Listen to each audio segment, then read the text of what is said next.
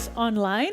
Today, again, the walls of our room expand, and we are welcoming our colleagues that are seeing this live, or maybe seeing this from the future, seeing the recording. If you are in the future, how is it there? How's the weather?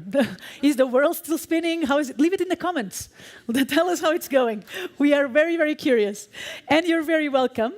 And with that, we go straight to our future sparks. Ready? Yeah. Okay.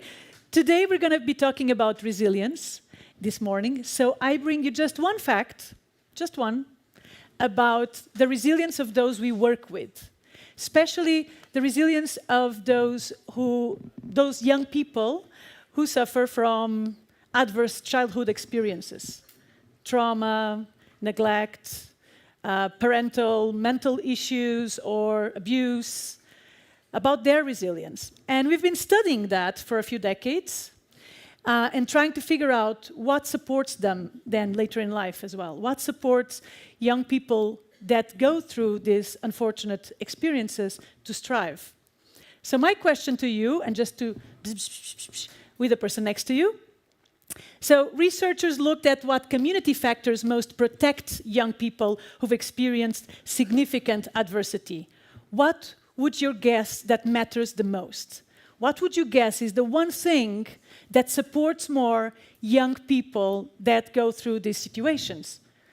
Is it, I'm going to give you examples, having a role model, or meaningful friendships, or a place where they're treated fairly, or community aspects that would support them? What is the one community aspect researchers found out supports the most? All right, 1 minute, just chit-chat with the person next to you. What could it be? What could it be?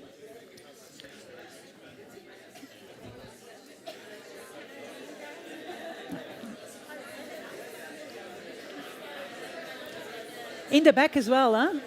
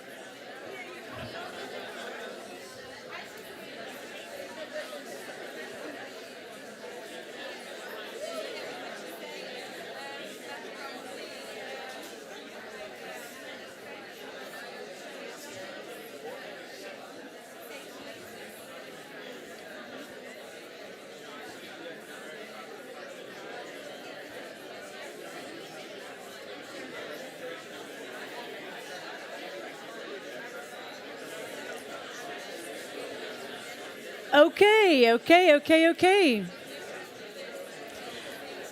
Let's see what it is. Ready? One consistently available, trusted adult. Rings a bell? Anybody knows one? Having at least one. Yes, but having one makes the difference. So what's different research, and this is shown in different literature as well, but there are studies in Wales that have been proving this, and they went over 2,500 participants in one study only. And just to give you a few numbers. So community resilience assets, this is what we were talking about, a place where you can learn different competences, life competences, or meeting others, being treated fairly, having community, all those things, included access to a trusted adult, reduced poor health outcomes from 59.8% to 21.3%.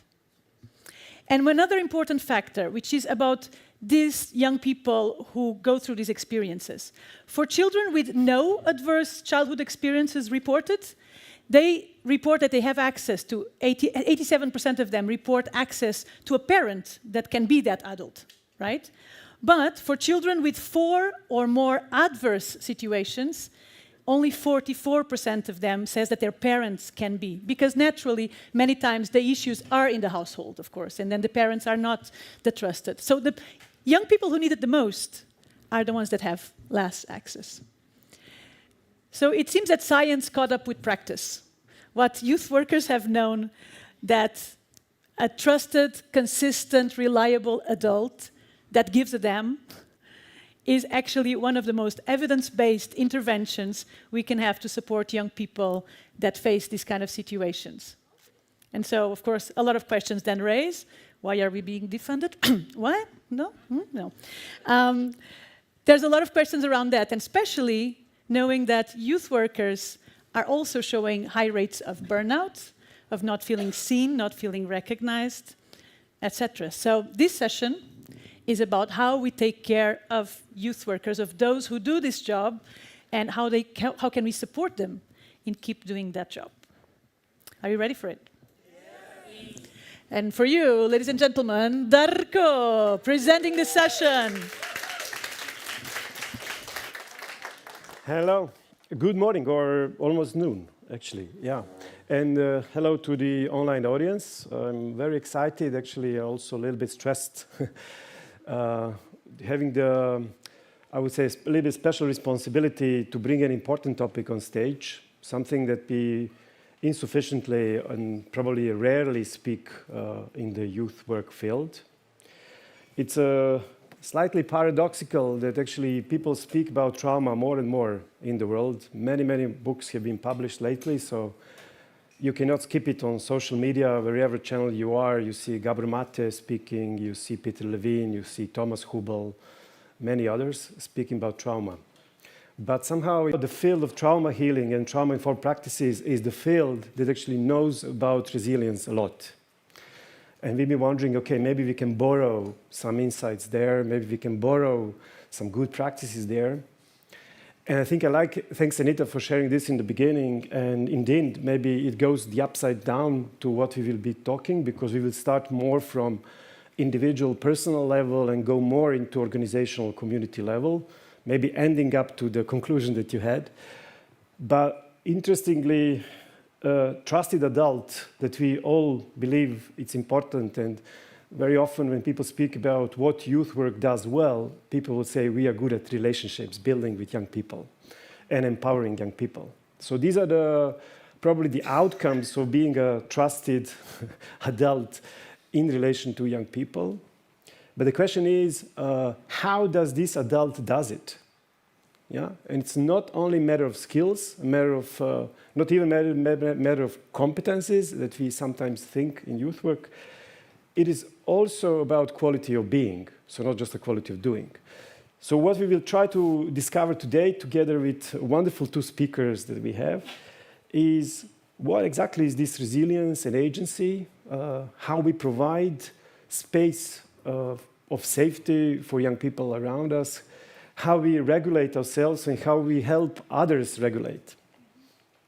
Don't worry, all these technical terms from trauma theories will come here quickly clarified on stage. So gladly, and for us it's a treasure that we didn't have to go far to find these speakers for the panel. It was actually lovely to have speakers who are already connected to youth work and already in their areas or in other spheres of life already dealing with these issues a lot. So the first person we have today on stage is Hranush Shahnazaryan. I've been practicing this. I'm sorry if I'm mistaken it again. Hranush comes from Armenia. Well, when we speak about these topics, also your context also matters. So where you're coming from can significantly influence also the way you think, speak, feel, do things, including youth work. So Hranush is an interesting person. She comes from youth work field from Armenia, and she had wonderful international experience as a trainer, as a mentor. But now for more than 6 years, she was deeply involved in something that is called Somatic Experiencing. And if you have not heard it, maybe you can check. It's the work of Peter Levine and some other approaches. And she's guiding people who have faced trauma individually or in retreats. So she's just coming back from one of her retreats in Spain. So she comes with a great energy actually here. And a big applause for Hranush. And please come on stage.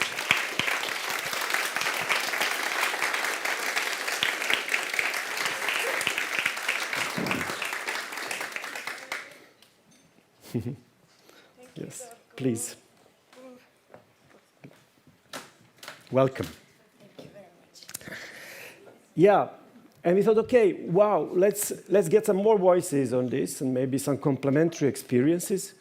So our second speaker on this wonderful panel is somebody that you know probably very well and who's been around in the youth work field for quite some years, and that's Dermot Daisy O'Brien.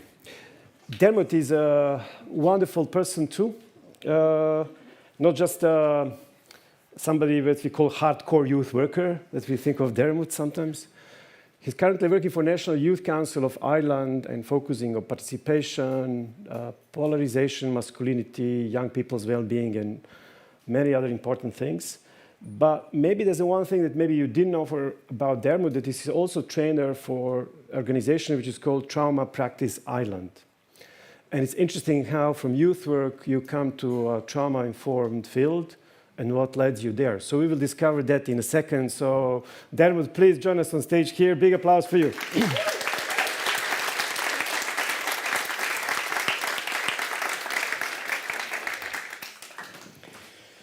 Okay. Maybe the first thing when we talk about trauma is to find your comfortable place and comfortable space. So how you feel on the stage?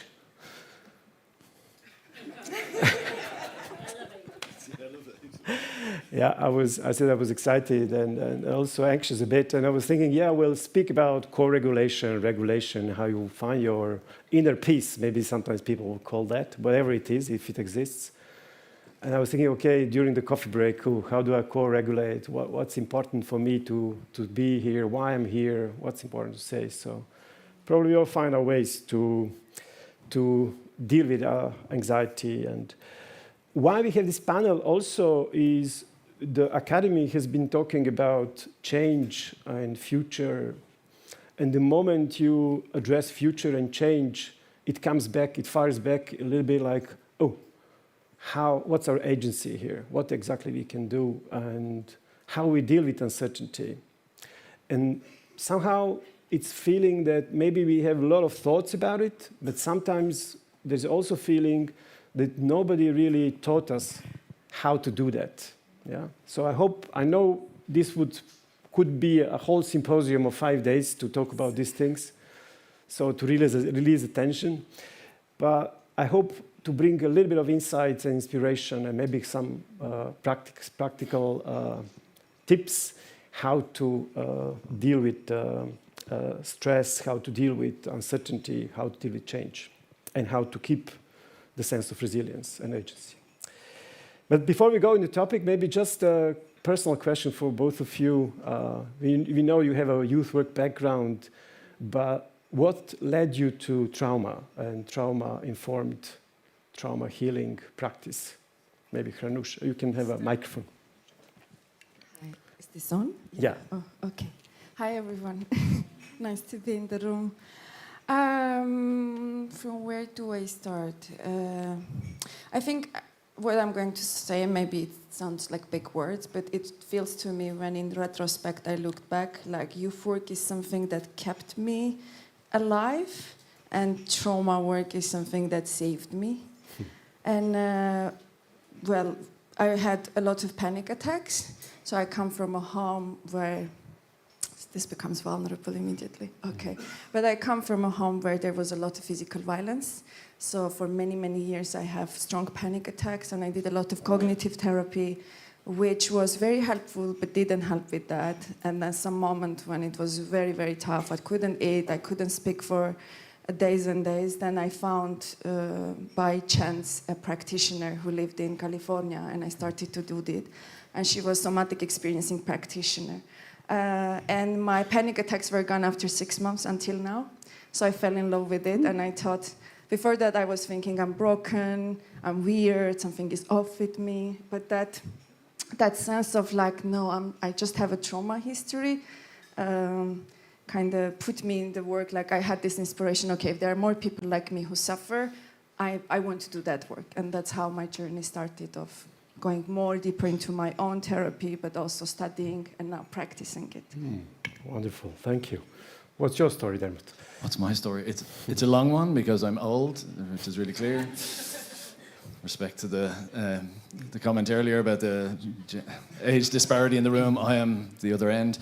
But yeah, I mean, so for me, like how I landed in a space where I became a trauma-informed practice trainer was probably a lot like a lot of us as trainers, facilitators. It wasn't a journey I plotted, but it was a journey that a door was opened, an opportunity presented itself, and I couldn't resist it. So, and the reason why I couldn't resist the opportunity and I would say the training of trainers to be a trauma-informed practice trainer was the highest bar I ever had to reach as a trainer, which also reminded me of how important that world is and that topic is.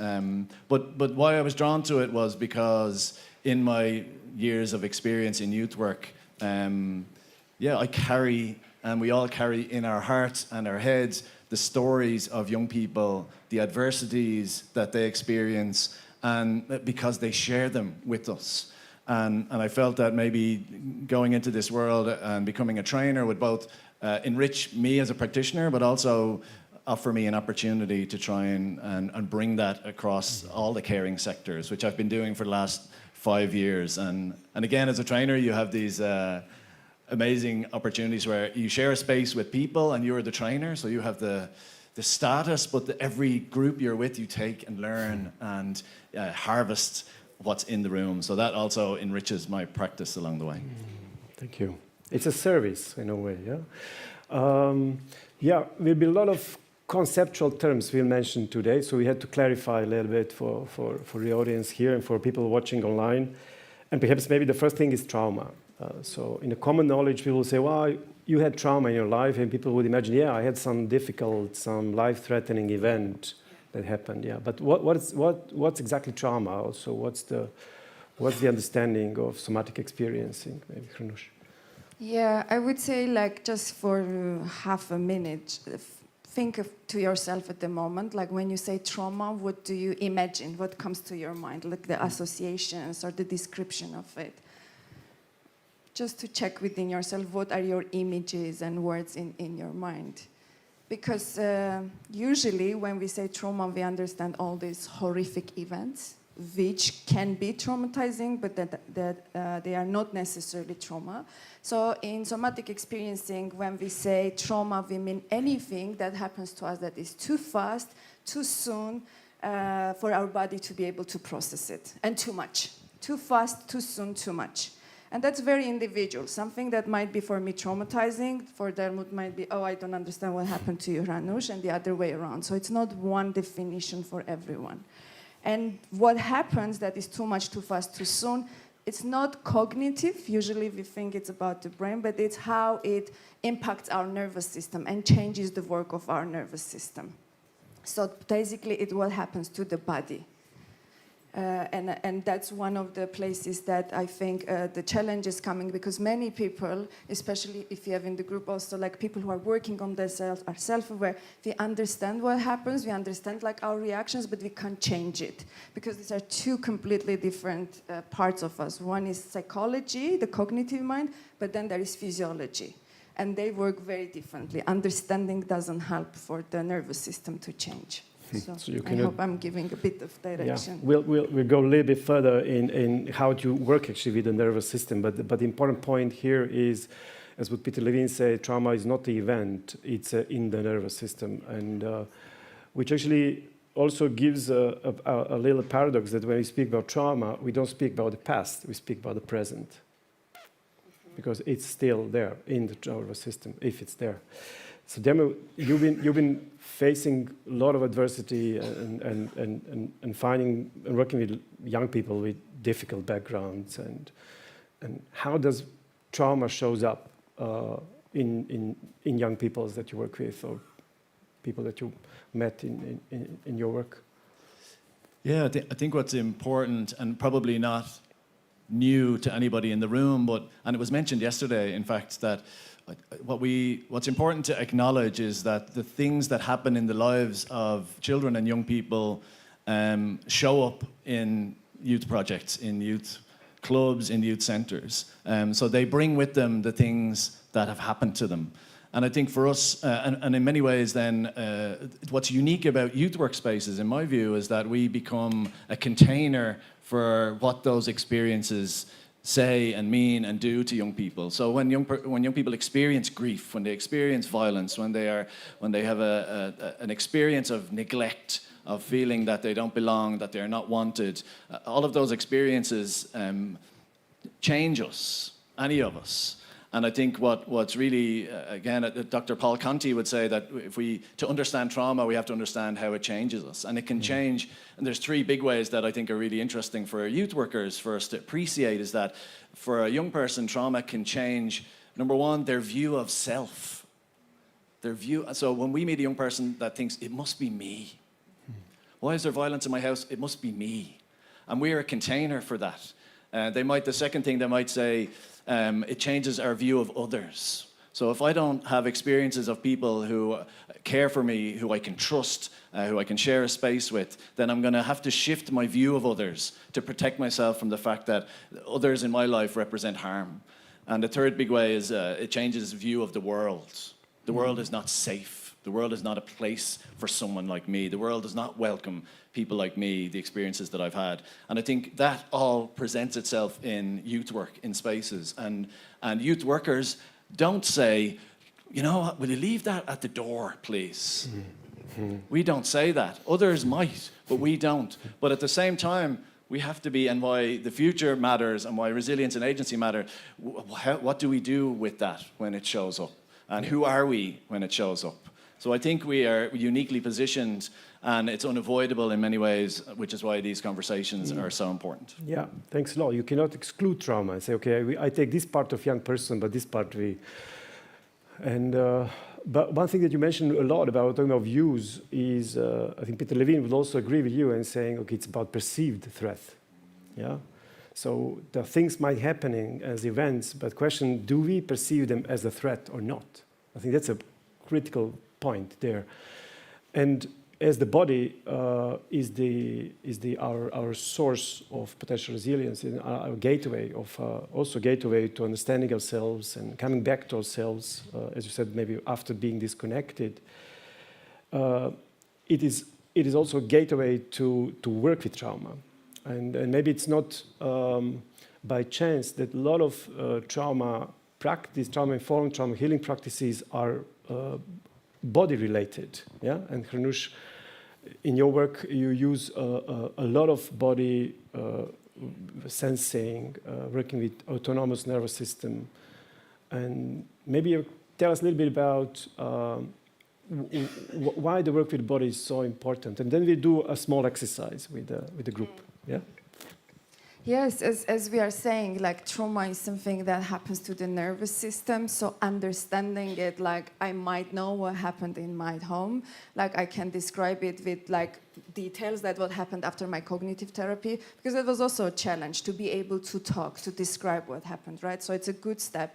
But then it's all, when it happens to the nervous system, we have access to nervous system is a wonderful, wonderful thing that we can access it through breath, through touch, through attention, through movement. So there are a lot of ways of regulating ourselves, and somatic experiencing specifically works with the sensations, sensing the body, and therefore allowing us to process what is there that we didn't process, because you remember it was too much, too fast, too soon. So there is a lot of charge in the body that when working with the sensation, we allow body to process it, therefore to be able to come here and now. And sometimes when we work with young people, some of them, like in my history, I wasn't being beaten up when I was in youth work anymore. So that was a past story. But my body was reacting as I'm still in the danger. So everything I was perceiving from this perspective, who is dangerous? Is this a safe space for me to be?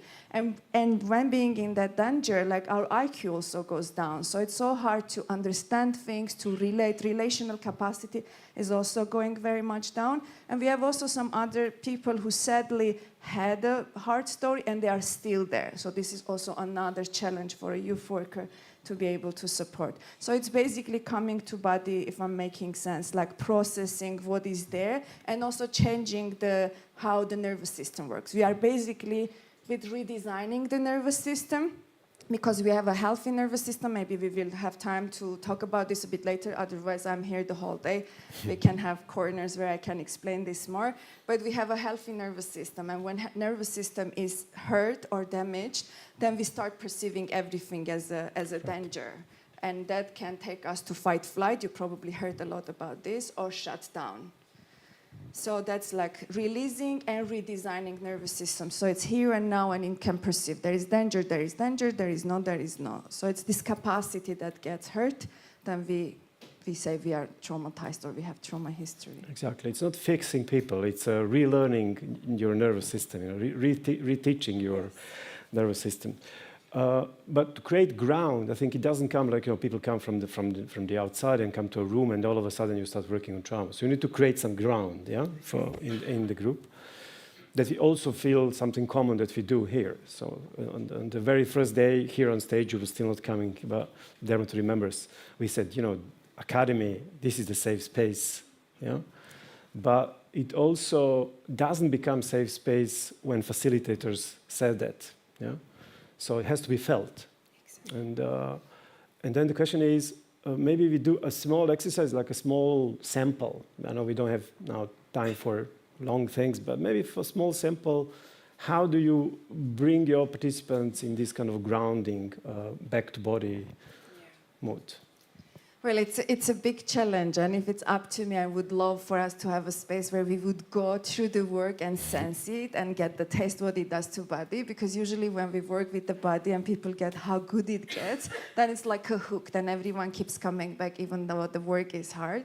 But here where we can do just for 5 minutes, see and notice what is our capacity to sense and come to our body, because some of us, like me in the past, I lived in my head because this was the only safe place. Imagine everything is painful. This is the only safe place I can be. Plus, in Western societies, we are very much encouraged to function from the head. So this is a little exercise that you might feel something, you might not feel something, that's absolutely okay. But it's a little invitation to see what's your connection to your body. And I will explain later why we do what we do. So it's a little exercise that I always do before starting my sessions or group work that is very helpful for people to come a bit to here and now. And then you explore your own body, and then later, if you want, you can give feedback. So for that, what we do is, it's important that we find our feet on the floor.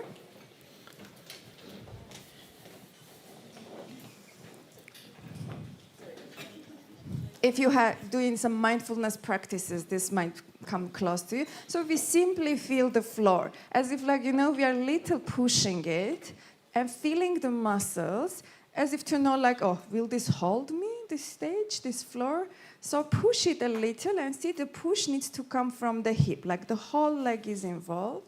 And you do your little push it and sense it. It's simple, we don't force anything. And you notice what happens if you just push it. Can you feel your muscles? Some people yes, some people no. And keep just a bit playing with it. Like when you pull the left one, the right one. And notice if that any way impacts the body. But also find your back support. So just notice. This might be strange for some people, this type of processes. Could be strange also for me 10 years ago. But so also notice the chair, like back support. This is one of the most amazing things that brings people to here and now if we practice for long. We don't force anything, simply you bring your attention and notice how the chair is touching your back. Is it soft? Is it warm? Your back loves it or doesn't. Simply noticing that. And see if your breath is changing in any way. You don't force anything. For now, we notice two things, the feet on the floor and the back. And if for anyone this feels uncomfortable, just leave it. Then your body is not really. Don't force it if it's oh, I don't want to do this. Okay? So we sense that, and what we also do, we include our neck. So I invite you just to look around and see. If it's comfortable to see faces, you can see faces. If no, you can also look outside. I still can see some green tree or some of the colors, you know, the lights. We want the neck to turn and for us to look and see where we are. Yeah. And just like, even in your back, like I know I have some things, we look at this. And we again notice the breath. See if anything is shifting. Are you tensing up more? This is really uncomfortable, or a breath is coming. And we notice, and then we go to the body. Like if I see your face, for example, I notice you, and then I come back to me, what happens to me? Like what happens to me in this connection? In somatic, we say we need to keep 50-50. I'm 50% with myself, and I'm 50% with you. Usually a lot of harm happens when we lose our 50-50, and we might talk about that a bit longer. Or if I see a color, like a happy color, okay, that's nice. Or I see the name and I realize I'm here, and then what happens? I can feel my heart beating, because I'm used to working with groups of like 15 people, and now I have so many people in front of me. I can notice some smiles, and then I feel warmth is coming here. There is a bit of energy in my hands. There is the rush. Oh, we have a lot to talk. So these are sensing. This is a bit of taste. And somatic goes like a lot working with the senses and seeing what happens and processing it. Everything that body brings up to work. So notice that. And one thing that just to build up to this, it's a very good way, just when we notice the back, it brings us to here and now. So if here and now is safe, usually people stay there. And also when we turn neck, if you work with people like who are super stressed and anxious or scared, like when we turn the neck around and we look and see, basically we give another message to brain, I looked and checked, we are safe here. It's not only the cognitive part again, we know we are safe here, but it's like we include the whole body to know we are safe. If we're working with intense emotions, this is a very simple but wonderful process that helps. So, yeah. Wow, thank you. Small intervention. I think, maybe applause to Hranush. Yeah, trauma, at least from my limited knowledge, I think trauma-informed or trauma healing work in somatic experience goes very gently. Gently. So there's no big confrontation. So it goes very gently, relearning our nervous system. And what you did now is a little bit also sense of orientation. Is there a threat that we perceive, or we perceive safety? Yeah. So when we talk about things like regulation, co-regulation, it's a lot about how is our nervous system feeling? So not how we feel in our heads or what we think in our heads, but how our nervous system is feeling. Maybe Dermot, for you, wondering question is, because you speak a lot about safety, and in the beginning before the panel, Anita was talking about trusted adult who creates sense of safety. How do we create sense of safety for young people in youth work, and maybe building on your trauma-informed practice, what's important when building sense of safety? Yeah, it's a small little question with a big answer, I would say, with a lot of moving parts. But I think what's important about the question also is that we ask ourselves that question in our roles and in the places that we work, because safety requires conditions. So the conditions for safety and the intention around that really makes a difference. So we're thinking about the environment that we're operating in. We're thinking about the people that will be present there, and then we're thinking about what they have in terms of capacity, and what they understand about things like trauma and adverse childhood experiences and the struggles of young people.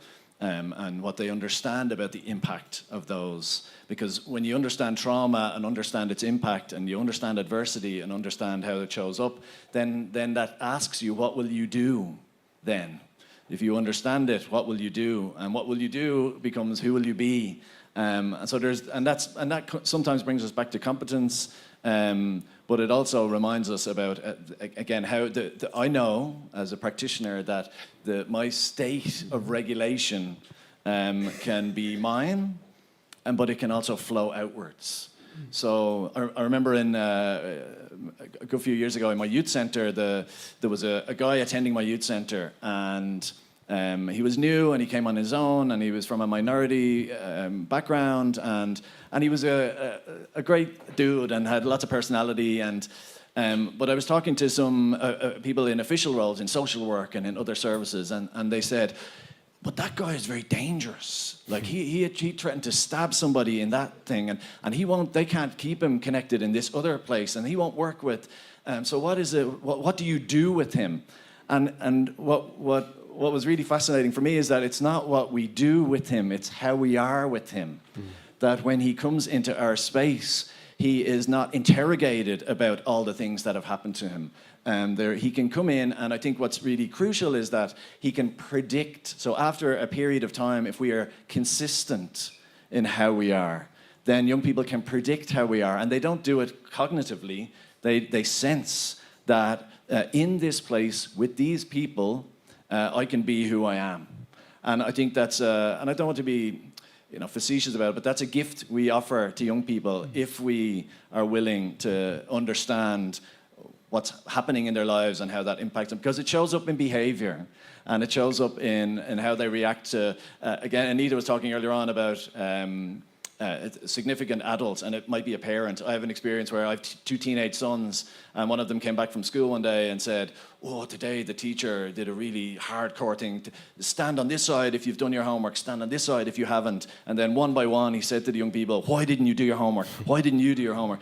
And my teenage son came home and went, but in my mind I was like, what about the child in that room for whom this is the beginning and then this is the end? What's that experience like? So the teacher wasn't trauma informed and therefore was creating threat. And I think the last thing I would say is about the spaces that we operate in. We have to appreciate that young people need hypervigilance in their lives to stay alive, to stay safe, to protect themselves. So they need to have a radar for danger in their home, in their community. And isn't it a precious thing if we can do the work in our spaces and say, you know what, in here you can dial it down. We're not going to say you don't need it, but in here you can dial it down. And I think that's a precious thing that we can offer in youth work. Thanks a lot. Talking about hypervigilance, you just gave me an inspiration for that. It could also be a sign of, as probably you would say in somatic experiencing, of hyperactivation or hyperarousal, or as a learned trauma response, that you are on the guard all the time, looking for threat, but not looking for threat realistically, but all the time, excessively more.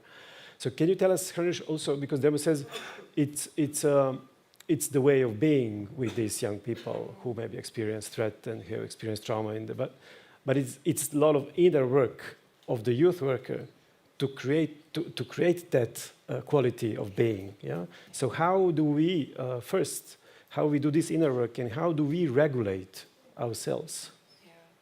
Yeah. Well, so I want to build on what you're saying. Your smile. So one thing is like to be educated and to be aware, which is a wonderful thing, and there is so much education now online. They can send you also some beautiful books you can read and educate yourself. But another thing is our capacity to show up.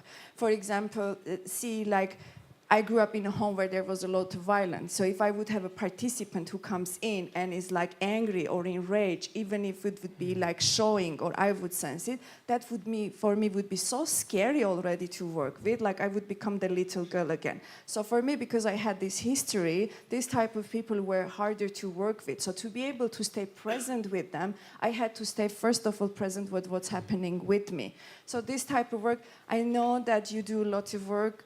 I was euphoric worker for 15 years, and I don't want to add on top of burnout, but also like these kind of skills are so important, and they also transform our own lives, because once we are capable to work and sit, for example, with the fear of anger or rage, and be present with that and work through, so our capacity is forming. And we all have different triggers because we come from different cultural backgrounds, from families, so it's very important understanding what is our trigger. You know, sometimes we call the challenging participants in your work. I so don't like that. But like what challenges us then probably shows that a part of us is not healed yet. And there is a lot of beautiful work now available that we can do it and bring it to work. And in somatic experiencing, when we say nervous system, basically, if I put it it's a super complex system. There are books written about it, but if I put it very simple, we would say that, like, imagine a healthy nervous system is activating and it's calming down, activating and calming down. It does many, many times throughout the day without our control. But, so if we are lucky, we have two types of trauma, right? We have developmental trauma, that's how our childhood is going on, first 5 years of our life, including the pregnancy of our mom, and then also later. So for me, I wasn't lucky. I grew up in a home where my parents were 20 years old, my grandma died, they weren't really strong in their nervous system. So from the beginning, my nervous system didn't form very well. For some people, they have solid homes, and then some losses, some big events can change the work of the nervous system. So here, when we say healthy nervous system, we imagine it activates, it calms down. It activates, it calms down. Like I'm here, it's like, oh, like impressions, a lot of people, my heart starts beating, but with time, like it's calmer and calmer. So it's doing on its own work when I simply notice where I'm sitting and I start seeing faces that I know already that bring me calm and support, right? So, but when nervous system is hurt, what it does, imagine if there would be an earthquake here, God forbid. It should activate, and we get a lot of cortisol and adrenaline in our body, so it kicks in our muscles, so we can run out. Right, run out or push things away. When I was working with soldiers in Armenia after war, they would tell stories where with shot feet, they would run like 30 minutes without feeling the pain. That's the cortisol and adrenaline. It's a fantastic system that we can fight and flight. Or if someone is attacking us, we can really push back. And within nanoseconds, we can have this cortisol and adrenaline kicked in our body. You probably notice sometimes when something drops, you jump, or you enter at night some doorway, and then you're like, oh, what happens? It's like you don't even manage to think about it. That's the beauty of our nervous system. So it activates, it pushes a lot of cortisol and adrenaline in so we can survive, right?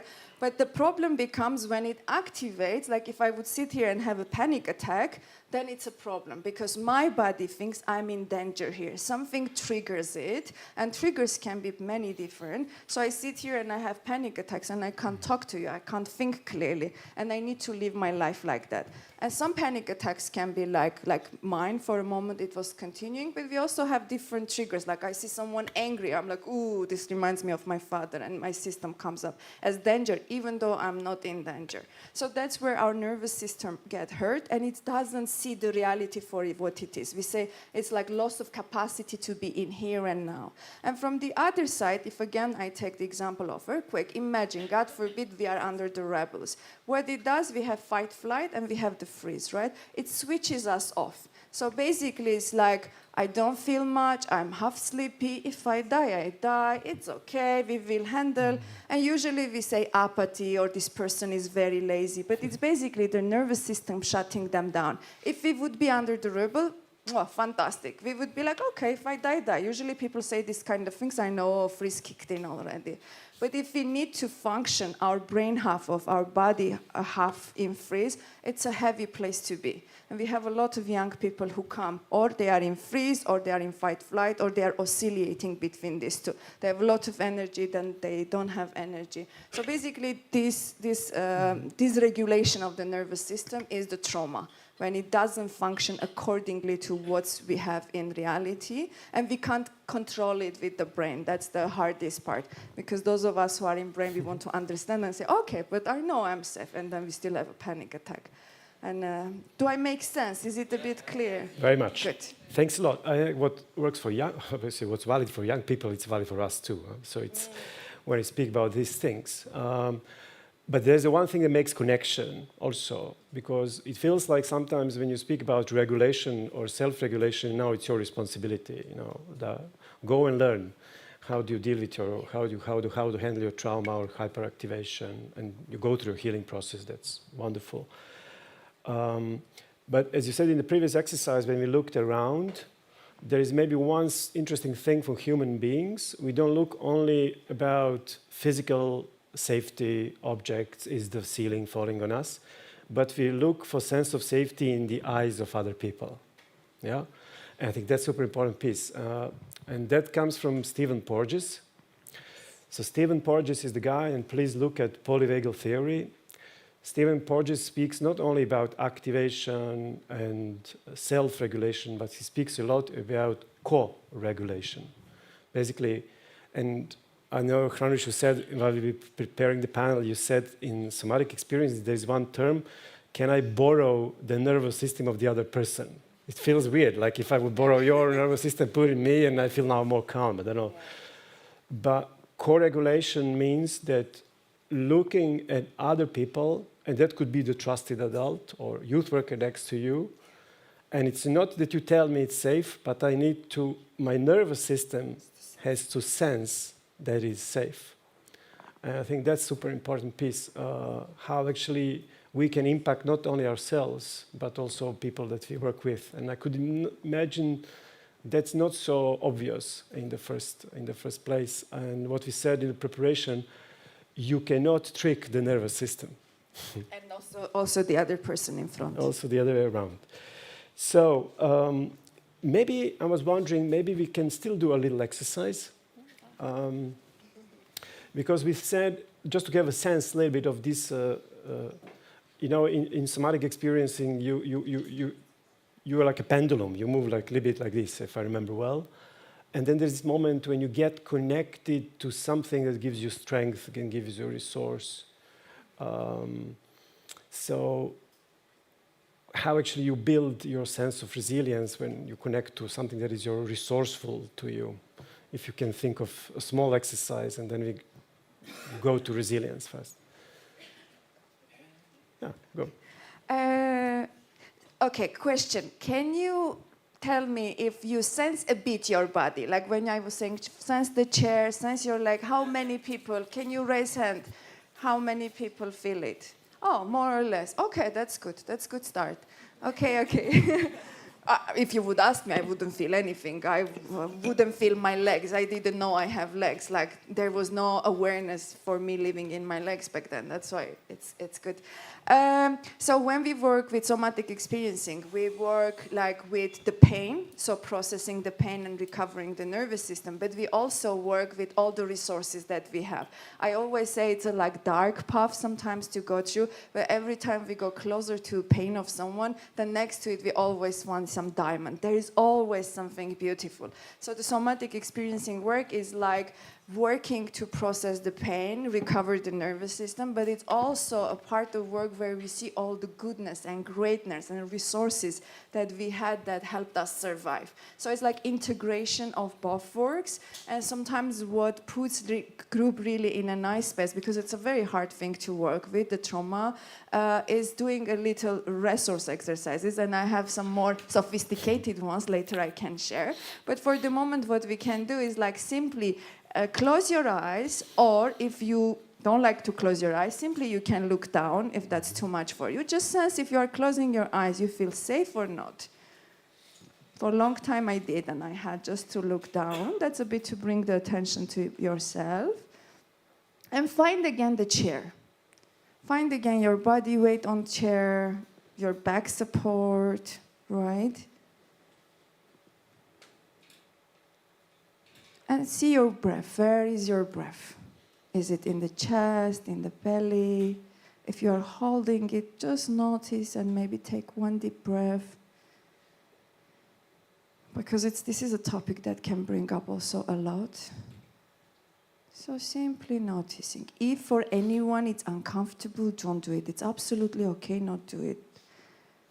We don't want to force anything. Okay?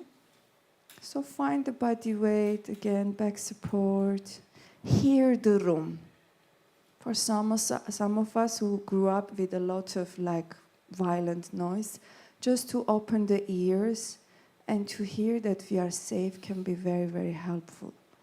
So now we open the ears just to check that no one is shouting, everyone is calm, people are breathing.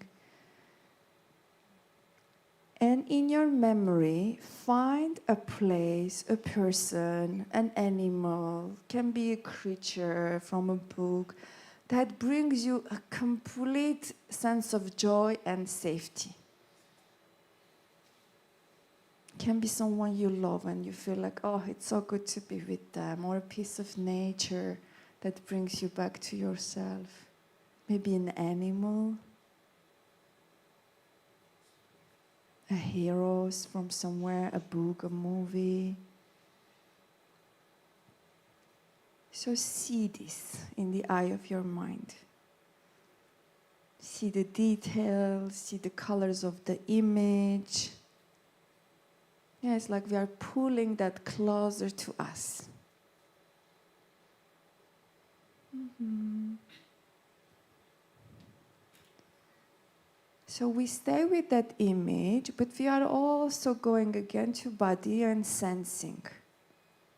What happens in my body? We have emotions, right? It can be joy, gratitude, all these type of things, but it also physical sensations, like the breath is going deeper, my chest is more open, there is warmth, something is flowing, or something is stable. Maybe it's in the legs, or some power comes in your back. Maybe suddenly the head calms down. So we stay just for a minute, like with this image.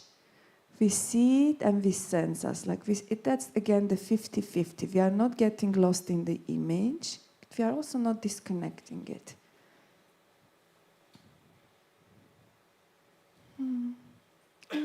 Notice if it's comfortable. I see some of you are hugging yourselves. This beautiful. Just take that moment. If something is uncomfortable, open your eyes. Don't do it. But if you enjoy, just like what we do is like when we bring the attention to senses and we sense it, so the body starts feeling better. We send new information to brain, so new neural pathways are forming, which is like, I am sensing, I'm here, I'm safe. So we call this the bottom-up approach. We sense it, therefore new knowledge goes to our brain, therefore our reality can shift.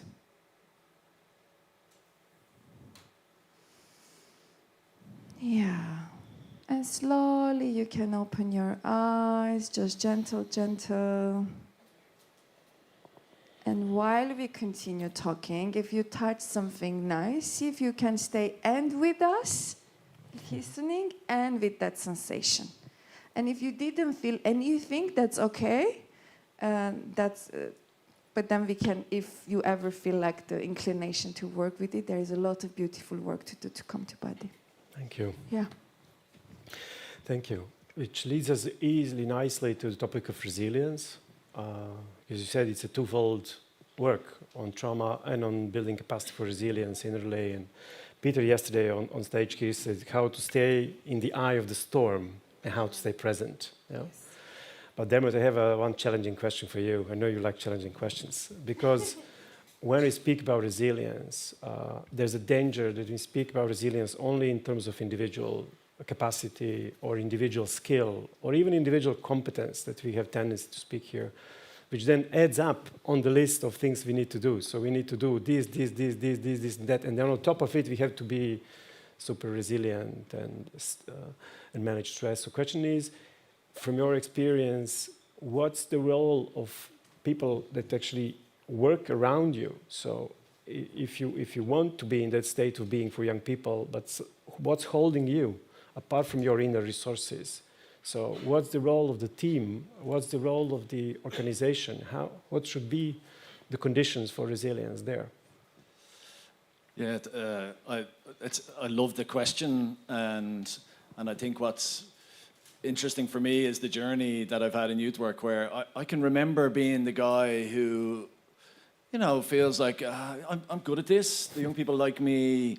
I can manage. I can handle it, and that's enough.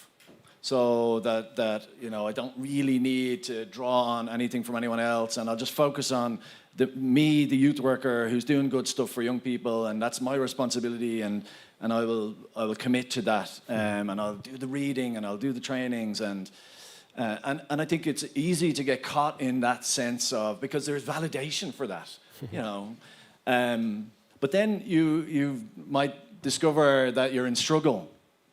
And you find that, this is hard now.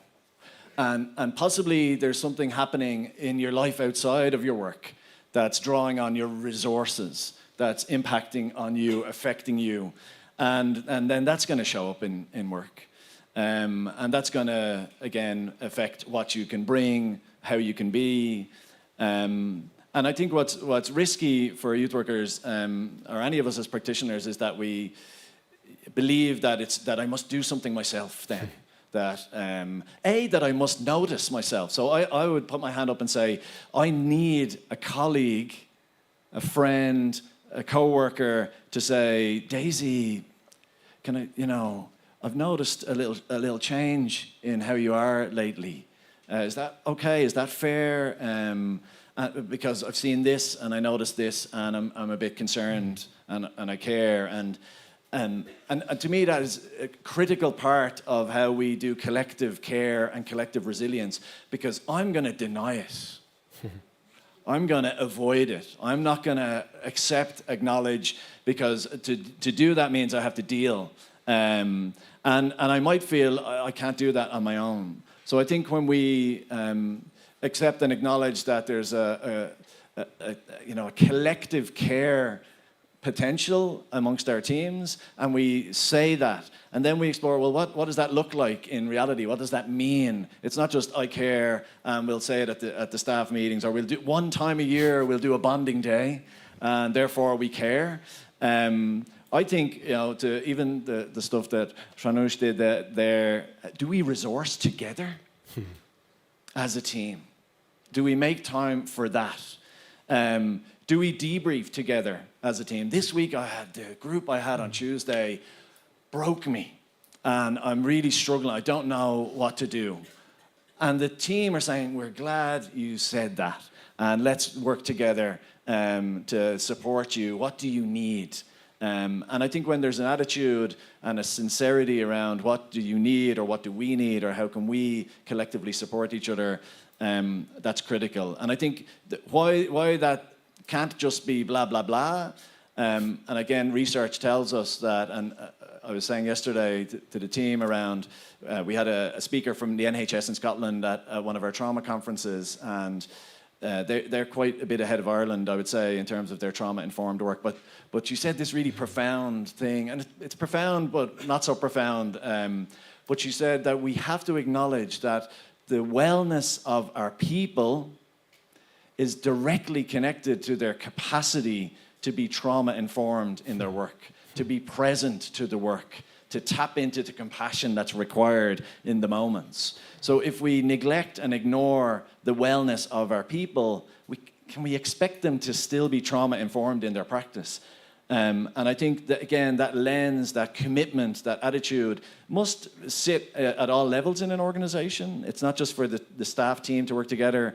I think leadership needs to look at the systems that are in place to support people to minimize the risk of burnout, of compassion fatigue. The very idea of compassion fatigue is sad, because it's saying that I have no more compassion left. So in order to refill the jug of compassion that I might bring with me, we need to do the work that Hranush described. And I think that's the essence of resilience. Yes, thanks a lot. Yes, exactly. Good point. You read my mind. I think it's a time for a couple of questions. Yeah, but before I think Hranush has something to add. Yeah. Oh, there's so much to add. But when we talk about resilience, just to add on what you are saying, it's basically the capacity of our body to stay with specific states or emotions. It's not something fluffy. It's not something that we read and understand. It's the capacity of the body to be able to stay with the specific thing and to process it also. So my capacity to stay with anger might be small, but stay with sadness might be bigger based on my own story. So it's not something that it's not the Zen. Also, a lot of people think like if you are regulated, you're always Zen. Like we need to be calm, we need to be regulated. It's the opposite. It's like staying with the emotions whenever they arise and being able to feel and sense the emotions, but also to stay here and now. And sometimes we can do that alone, but some other times, like if we have a history, we need a therapist to sit with us, we need a colleague, we need a friend who can sit with us. So we learn how to stay with these difficult emotions, because sometimes we didn't have space in our home to do it, or some other times it's just so much we need someone to hold with us. So it's also not something, I know we have this Instagram new waves, like you need to be all self-sufficient on your own. It's impossible to work with these things alone. We need to hold each other. So I want to just quickly highlight that. Thanks, well, very important point. Questions? Yes, we have one here and then one there. But this was the first one. Hi, my name is Munir from Germany. And I wanted first to thank you to not giving us a traditional PowerPoint presentation. This is the best way I receive information, so I really appreciate it. And I was really happy from the beginning to see that this topic was addressed in the program, because we work in theater in Berlin, and we work with migrants, people with need, and with neurodivergent youth. And this trauma, it was a strong topic that we've been dealing with, and I don't have a psychology education. So I have just two questions. The first question, as a trainer, when you have someone that get traumatized during the show or in any workshop, like, and this person open up to you, sometimes they're dealing really with strong topics, and after the project's end, I go home, but I'm really overwhelmed. So how you protect yourself, or you relieve on yourself? Is there a way to just let this go out, to back to the normal, because therapy is really expensive in Germany? Second questions, it's personal questions. When I am in love with someone, for example, and I really attach and love this person, but the problem is really I feel like my nervous system is not stable with this person, it's not insecure. Is this something can be fixed, or I should give up? Thank you.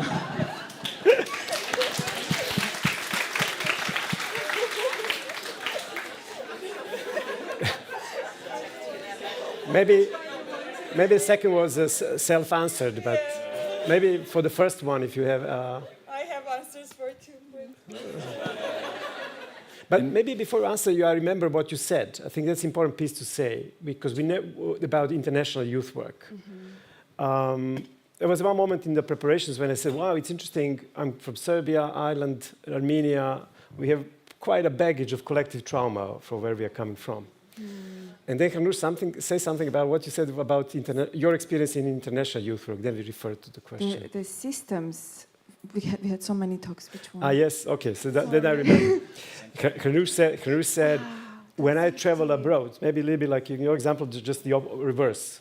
She said, when I'm coming from such a context which actually keeps me hyperactivated, dysregulated. And then when I travel to international youth work events. Yeah. Well, you know, when I said, like, I think the international youth work kept me alive, what I meant is that, like, when I came from a home where I didn't know when the explosion will happen by my father, he also had his own pain and history, and not to touch that, but that was the only place where I felt safe. The only place I knew I'm going to sleep and wake up without screams. And now, in retrospect, I think like how I was so much going to youth work. I was crazy passionate about it. But one of the things was there was safety and predictability. This is the time we eat. This is the time we do things. This is the time we sleep. And that safety is what kept me going. Because the pain was so much, I don't know if I would be alive now. I wanted to underline this because we often talk about impact of youth work on this and this and skills and learning and this, but we never talk about that. I think rarely. So Dermot, what would you reply to? To the first question, because matters of love, I'm not sure, maybe later. But I think acknowledging, I think what's important is that we acknowledge, so there are moment-to-moment experiences where something is happening in front of us. And my mantra to myself and what I try to draw on in my practice is back to safety, back to safety. What can I do? Who do I need to be so that we can get back to safety? And I think, again, depending on what the need is after that, Bruce Perry has a lovely way of the three R's, which is regulate, relate, reason. So if you really need to unpack something, you've got to start with regulate. You've got to start with, are we available to have this conversation, or are we available and safe, and do we have enough of a sense of regulation to continue? And relate is we are connected. There's something between us. And they're the basis then to have reason, which is I can now have a conversation with you. If we skip to reason and ignore, regulate, and relate, then the chances are we're going to things might escalate. And I think the other thing I would say for ourselves when we go home, it's everything that to acknowledge it, I think deserves big respect. And the language I would use around that is.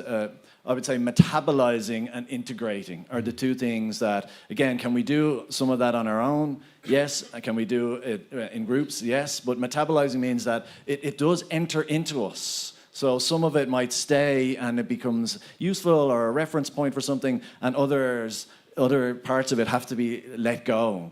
And integrating is similar in the sense that this now becomes integrated into the story of my life, who I am, what I do, how it matters, and what happens there.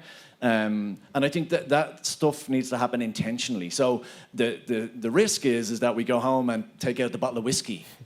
And that's how we manage. We choose numbing, or we choose distraction, Netflix, binge, eat, ice cream. All of that will serve us in a small way. But I think if we notice and then we choose and find the practices to support us to metabolize, to integrate, and let go what needs to be let go, that means we can come back the next time and be ready for what comes. Thank you. And also from the somatic practice, somatic experiencing perspective, we are trained hardcore to be able to notice what is my capacity to hold. Like, for example, if I work with a topic that is too much for me, it's going to hurt me back, and I'm going to get all tired, burnout, activated, and not to. So I don't know if you already thought about it, but the gentle invitation would be like these deep topics that you work with, and many people here in the room are the helpers who want to help and save. Like, can that be dialed down a bit? So if we start from slow and allow our capacity to grow so we feel safe when working. Because if you touch topics that are important but you feel unsafe, then we lose you there. So it would be a bit too, yeah. And about love life? After. I think just one sentence. Oh, okay. Just one sentence, I would say there are many reasons why nervous system might feel like that. The most important would be to identify exactly what is happening and to see if it's workable or not. Because sometimes it's in our system, sometimes in our partner's system, and to see if we can work that through or not. It's possible to work, but it takes awareness, and we can go deeper later. Thanks. Later follow-up. We have, unfortunately, one question here. We have Susie, and we have to close. So follow-up questions in the following there. Yeah. I think they were first here. Or they're together, like in a joint question. Co-creation. Co-regulation. Okay, I'm Diego and Giselle. From my side is, to what extent you think, because you, Hranush, were mentioning about you did a lot of personal process, and I would like to know from your side, from your opinion, how important it is that the youth worker, for example, does personal process in order to be present, active listening, empathic communication, all that, no? So this is for me the question. No, mine is very different. Okay. I think to me it's very clear, like it's impossible to stay present with things if we don't do our inner work. It's like, I want to send everyone I love to therapy. So for me, it's hardcore. So I think it's important to be able to look inward, do our work, and then we are good to ourselves, first of all. It's not only others, and then also good to others. So these things the inner work is very important. And what I would add as well is that that we also have our stories. and to not acknowledge and recognize how they have impacted us, how they have influenced us, how they have shaped our view of the world, because that transmits. So if my story involves an experience of abandonment from a parent, and then my reaction to that is I will never be weak ever again in my life, I will never need help. And if I'm transmitting that in a youth workspace because I haven't done the personal work, then I'm causing harm. So it's a really important. Thanks a lot. I see that a lot of sparks are popping up, so probably a lot of conversations will follow in the breaks. We need to take only the ones from the online audience to give respect to them. So Susie and Rita were there. Susie was talking asking something rather more practical. So where is somatic experience present in youth work? But Rita was asking something a little bit more critical. Are we becoming therapists in youth work? I was waiting. So where are the boundaries? So where the role of youth workers stops, so not to give a false message that this is now a therapy training for youth workers. So where the trauma-informed becomes therapy and when trauma-informed stays useful. So where's the boundary? For me, it's really clear, and the boundary is very clear. I deliver trauma-informed practice training, and at no point in the training of the 13 hours of training is anyone encouraged to say, bring your trauma and we will unpack it together. That's therapy. But what I will say to everybody is who you are when in relationship with young people can transform their lives. So if you are a center for safety, connection, belonging, and you understand trauma, understand its impact, then it just flows into what do I need to dial up, dial down, and how do I attune in a way within my practice. And again, I have colleagues here who do, all their work is outdoors. The trauma-informed practice that can be present in that work is not therapeutic, but it can be transformative for young people. Thank you. Yeah, and for me, well, I am dreaming about a world that we could bring therapeutic presence to each other. So it wouldn't be like in the therapy room. I wish we would have that capacity. So for me, youth work is a place where we can have therapeutic presence also, which means like I'm present with you here and now and I hold the place for whatever it arises. But as Dermot said, not like, okay, let's talk about your mom and dad. I mean, if it comes, someone wants to talk about their dad with me, okay, I should have the capacity. That's how I think. But therapy is more dedicated place of guiding, and this is more about therapeutic presence, the attunement, the capacity, and the willingness to be with the person. This is how I see. I don't know if I answered to this question or not. Thanks a lot for two of you.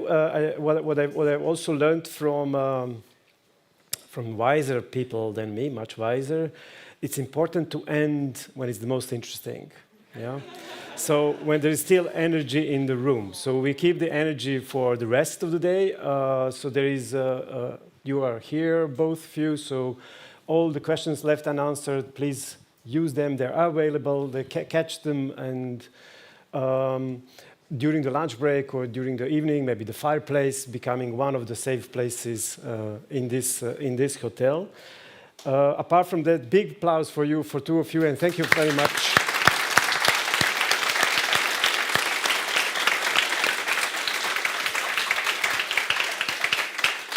Thank you very much for opening this important topic and let us all learn about what's not just trauma, but what source of resilience is. And I pass back the word to Anita. If you want, this is going to be short. Okay. Can you just give me the next slide? Just important information to guide us. No? Yes. Announcements. So there's going to be a workshop happening in the bus. Spherification. It's transforming liquids into spheres. I don't know. It sounds like magic to me. We meet you back here at 2:30. Now,